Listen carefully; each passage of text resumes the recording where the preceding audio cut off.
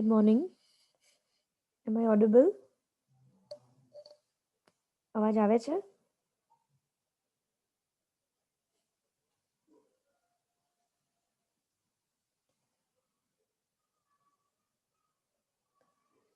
Okay.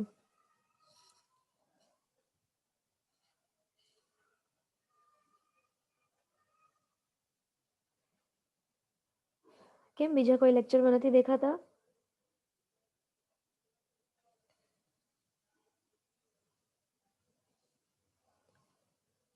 કોઈ વાંધો નહીં, આપણે સ્ટાર્ટ કરી દઈએ.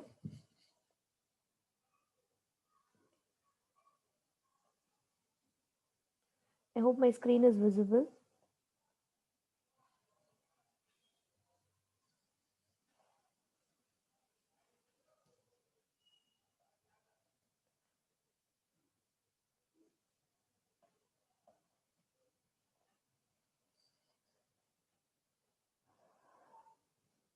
ઓકે. જેમ આપણે કાલે ડિસ્કસ થયું હતું, આપણો સબ્જેક્ટ છે પ્રોસેસ ઇન્સ્ટ્રુમેન્ટેશન 1. બરાબર? અત્યારે PI 1નો લેક્ચર છે, જેમાં મેં તમને કીધું હતું કે પહેલા 2 ચેપ્ટર યુનિટ 1 અને unit 2 introduction and pressure measurement એ બંને હિના મેડમનો પોર્શન છે. And flow measurement techniques, speed measurement techniques and moisture and humidity measurement techniques, આ 3 ચેપ્ટર તમને હું કરાવીશ. બરાબર? જેમાંથી ફર્સ્ટ ચેપ્ટર આજે આપણે સ્ટાર્ટ કરીએ છીએ, that is unit 3 flow measurement techniques. બરાબર? Chapter number 3.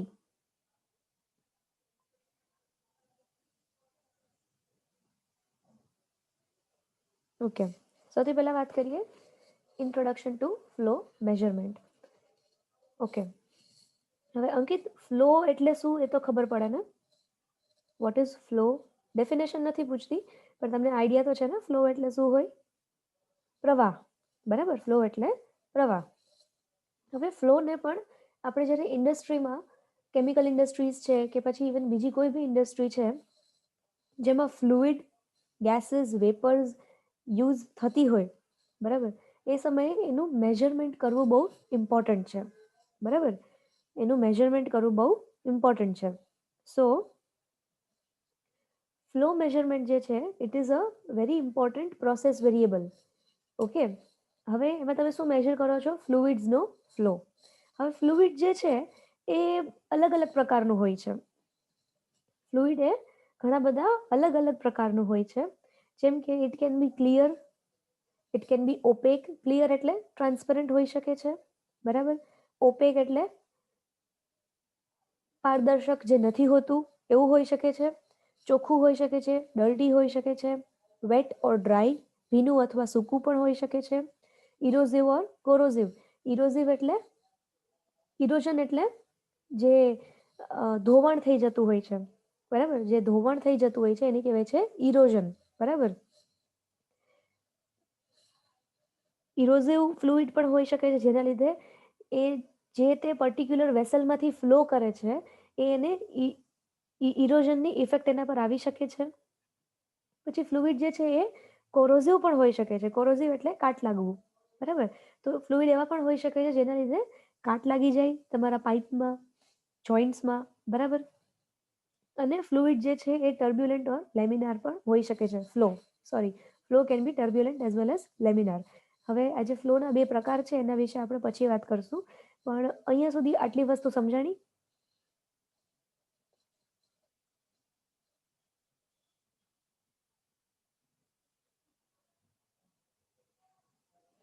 Okay.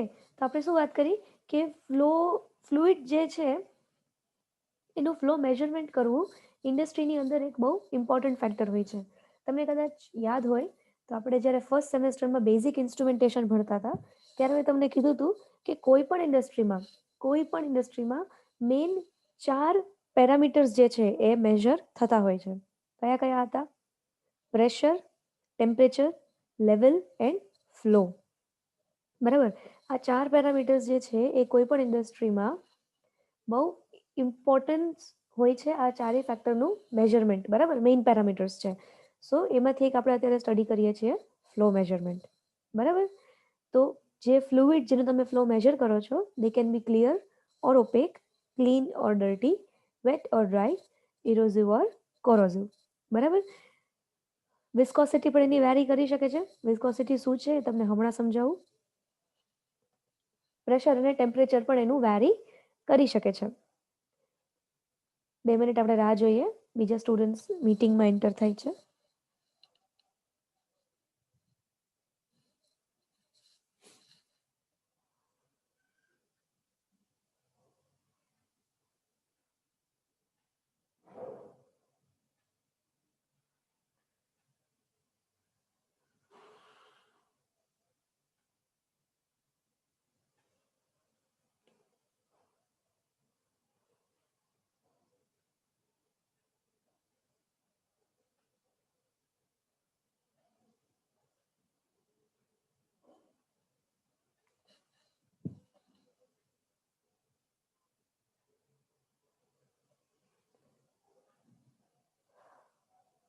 Shivraj, am I audible? અવાજ આવે છે તમને?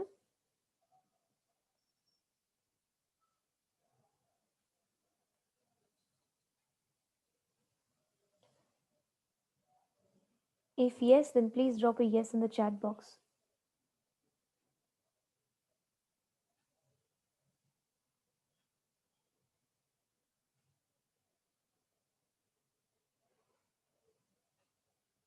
શિવરાજ, અવાજ આવે છે તમને?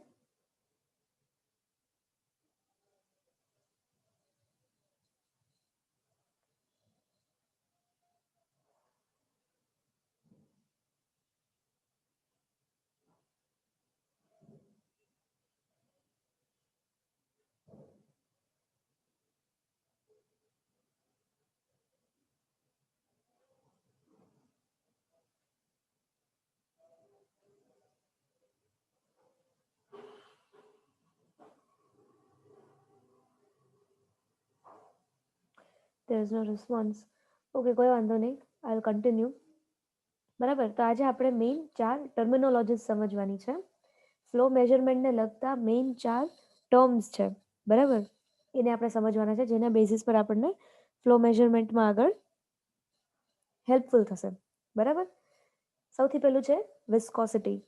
હવે અહીંયા મને જરાક તમારો જવાબ જોઈએ છે. મારી પાસે એક સ્લાન્ટ સરફેસ છે. બરાબર. એક આડી સરફેસ છે. 2 છે. બરાબર. એકમાં હું પાણી ઢોળું છું અને એકમાં હું મધ ઢોળું છું. તો જલ્દી નીચે કોણ પહોંચશે? મધ કે પાણી?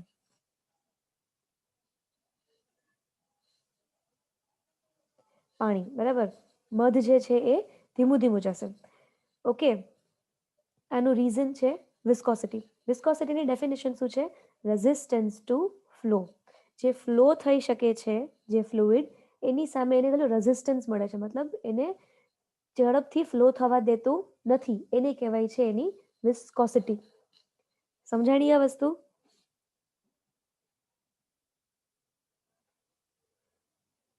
ક્લિયર? શિવરાજ, કેમ કઈ રિસ્પોન્સ નથી તમારો બેટા?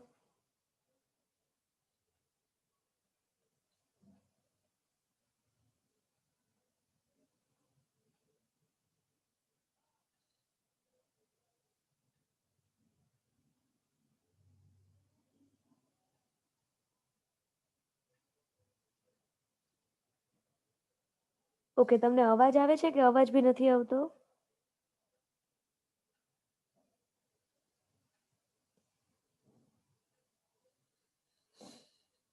ઓકે.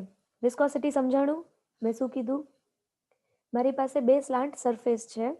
એમાં હું એકમાં મધ ઢોળું અને એકમાં હું પાણી ઢોળું. તો જલ્દી નીચે કયું પહોંચશે? પાણી. વાય? બીકોઝ પાણીની વિસ્કોસિટી કેવી છે? ઓછી છે. મતલબ રેઝિસ્ટન્સ ટુ ફ્લો. પાણીને ફ્લો થવામાં એટલો બધો અવરોધ લાગુ પડતો નથી. હું ઇલેક્ટ્રિકલ રેઝિસ્ટન્સની વાત નથી કરતી હા. Keep that in mind. Electrical resistance નહીં. પણ પાણી હવે થાય શું કે તમે જ્યારે મધ ઢોળો છો ત્યારે એનું જે એની ડેન્સિટી કેવી છે પાણી કરતાં? વધારે છે. ડેન્સિટી તો સમજાય ને? ડેન્સિટી બી નથી ખબર? ખબર છે ડેન્સિટી? અંકિત અને Shivraj?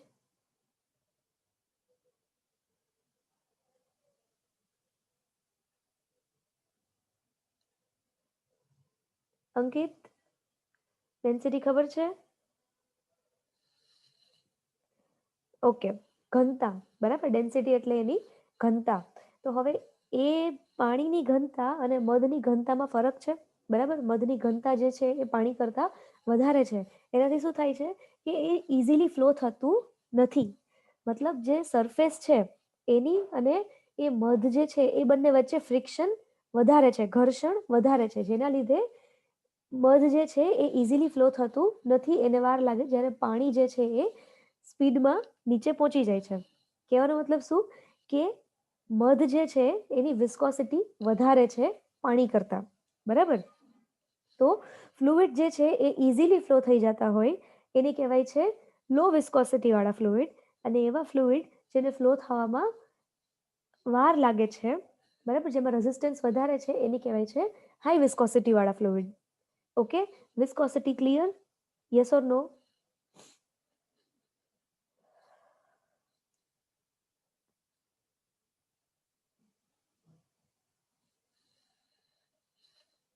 Okay, good. Next term is density. કોઈ સબસ્ટન્સની ડેન્સિટી. હવે જુઓ, આ ટેકનિકલ ડેફિનેશન છે, બરાબર.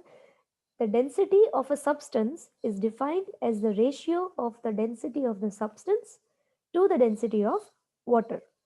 બરાબર.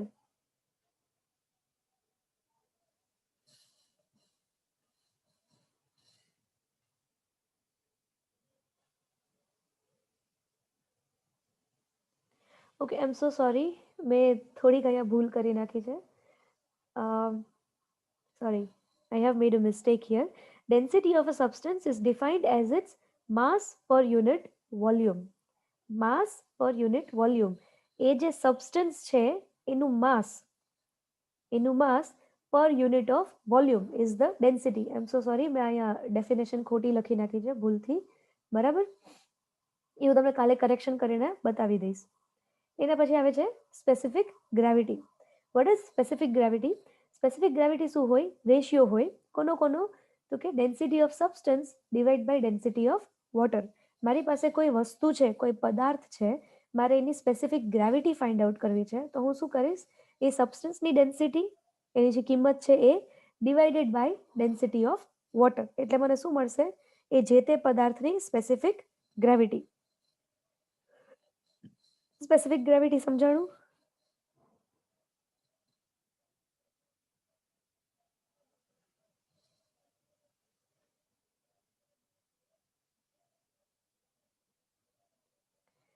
નથી સમજાણું. શિવરાજ, તમને સમજાણું?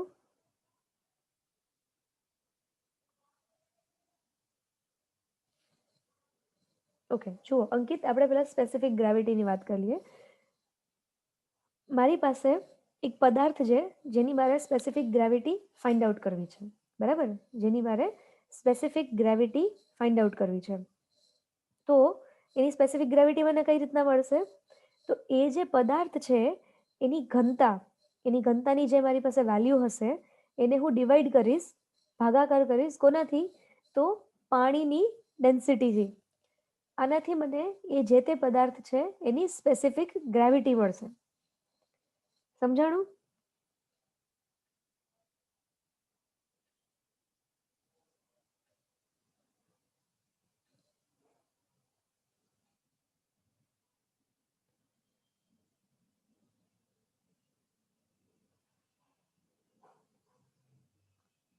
Okay, clear?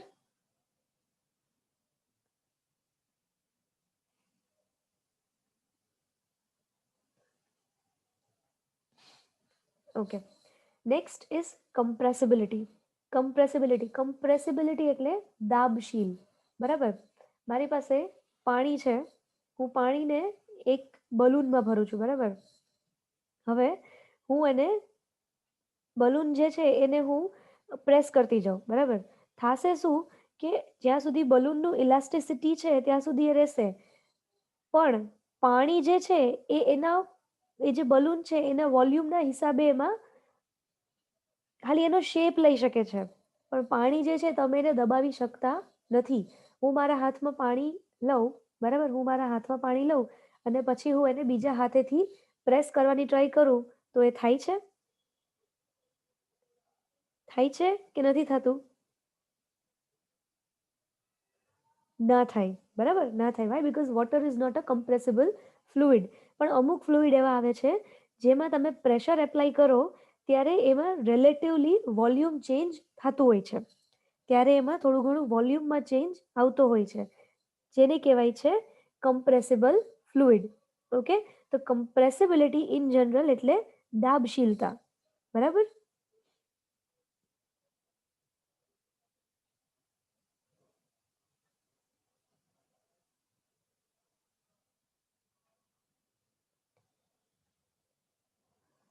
સમજાણું?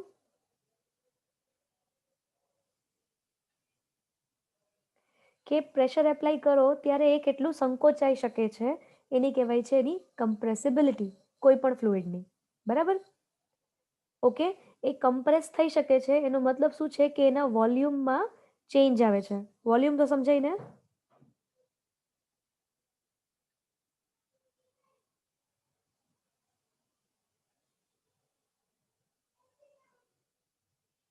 ઓકે,